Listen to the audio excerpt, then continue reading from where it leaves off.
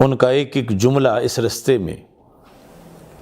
نہ جانے کتنے ہزار کتنے لاکھ لوگوں کے ایمان کی تحفظ کے لیے ایک عظیم کردار ادا کر گیا۔ ایسے ہی میری گرفتاری کے بعد بالخصوص جس شخصیت کے خطابات نے باطل کے ایوانوں میں لرزہ طاری کیا اور لوگوں کے اذہان کی تربیت کے لحاظ سے، ذہن سازی کے لحاظ سے جن کی گفتگو اور جن کے دلیرانہ کردار نے ایک بہت ہی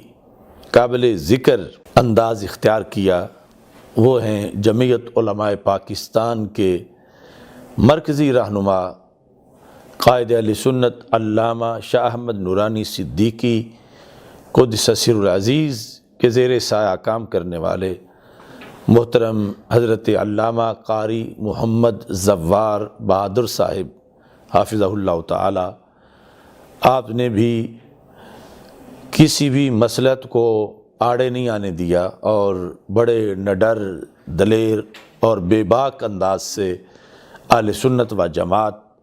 کے موقف کی نمائندگی کی، اور آپ اسی پاداش میں آپ کو جیل بھی جانا پڑا، وہی سینٹرل جیل کوٹ لکھپت جس میں میں بند تھا، اس میں وہ بھی تقریباً 15 دن انہوں نے بھی اسیری کے گزارے، اور بڑا بھرپور طریقے سے اس موقع پر جب کہ بڑے بڑے لوگ پھسل رہے تھے تو انہوں نے قاری زوار بہادر صاحب نے بڑا خوبصورت کردار ادا کیا۔